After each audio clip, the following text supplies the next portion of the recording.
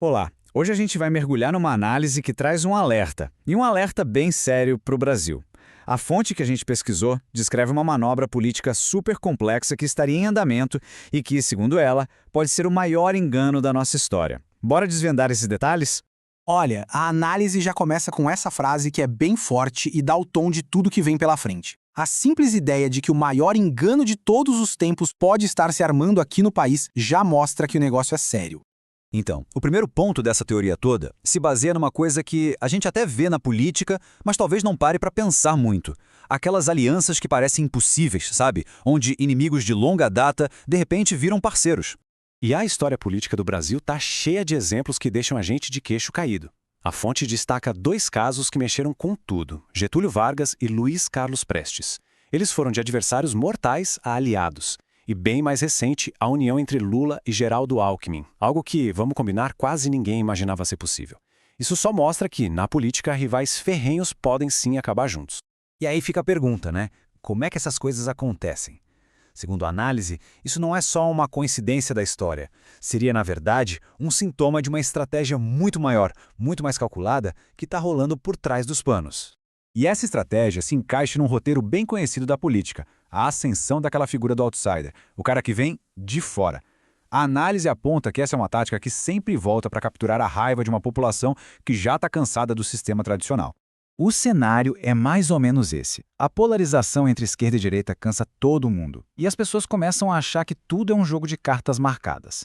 É exatamente nesse vácuo que surge a vontade de ter um salvador, alguém que promete fazer uma limpeza geral justamente por, supostamente, não ser parte do sistema. A fonte até usa o exemplo do Donald Trump para mostrar como essa imagem de outsider é construída. E aqui veio o pulo do gato, a parte crucial da manobra de acordo com a fonte.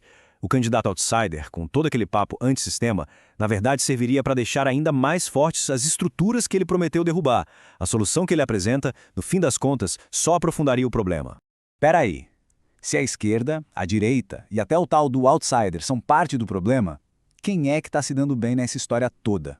É aqui que a análise apresenta sua ideia principal. O conflito que a gente vê aqui na superfície seria todo orquestrado por um terceiro jogador, um que age escondido.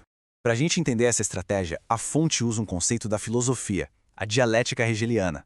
Parece complicado, mas não é.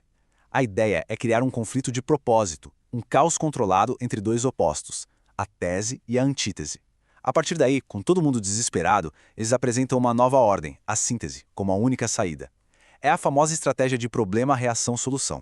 A fonte usa uma metáfora que deixa isso bem claro. Imagina só, dois vizinhos com terrenos muito valiosos. Aí chega um terceiro jogador, interessado nessas terras, e começa a plantar discórdia entre eles. Enquanto os dois vizinhos gastam tempo e energia brigando, o terceiro só fica olhando. Quando os dois já estão fracos, sem forças, ele aparece e compra tudo o que sempre quis por uma mixaria.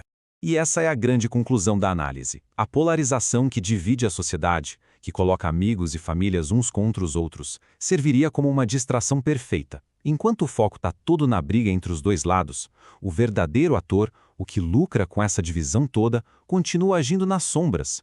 Mas, beleza, como é que esse poder oculto conseguiria controlar as figuras políticas que estão aí nos holofotes? A análise, então, começa a detalhar as táticas que seriam usadas para manter todo mundo na linha. A fonte alega que o que a gente vê em público é puro teatro. Nos bastidores, esses mesmos inimigos estariam se encontrando para alinhar estratégias, para trocar favores. E mais, a análise sugere que os verdadeiros chefões do poder evitam os cargos mais importantes, preferindo posições como a de vice-presidente para se protegerem, enquanto usam ferramentas bem poderosas para garantir a lealdade de todo mundo. E é aqui que a análise faz a sua alegação mais grave sobre como esse controle seria mantido. Ela descreve o uso de chantagem como um método definitivo. Segundo a fonte, eventos bem comprometedores seriam filmados para funcionar como uma coleira, garantindo que ninguém saia da linha e que a agenda seja cumprida em silêncio absoluto. Com táticas tão extremas assim em jogo, a análise argumenta que o objetivo final vai muito além de poder político. A partir daqui, a teoria se expande, afirmando que essa briga por controle tem também uma dimensão, digamos, espiritual. Dentro dessa visão, toda essa movimentação política faria parte de um plano muito maior. A alegação da fonte é que o objetivo final dessas manipulações todas seria a instalação do que ela descreve como um reino das trevas, uma agenda que iria além da política nacional e global. E agora, todas essas peças, as alianças, a tática do outsider e o jogo do terceiro jogador, se conectam para formar um alerta bem específico para o futuro do Brasil.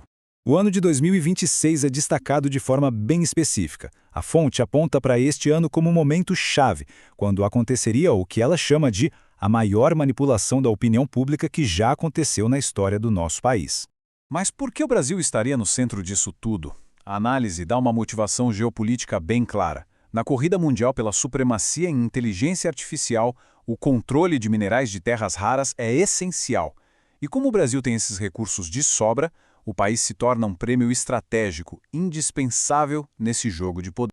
E assim, a gente termina com a pergunta que fica no ar durante toda essa análise. O material nos deixa com uma reflexão final. Se a luta que a gente vê entre esquerda e direita é de fato uma distração, talvez a pergunta mais importante não seja qual lado está certo, mas sim, quem se beneficia de nos manter divididos.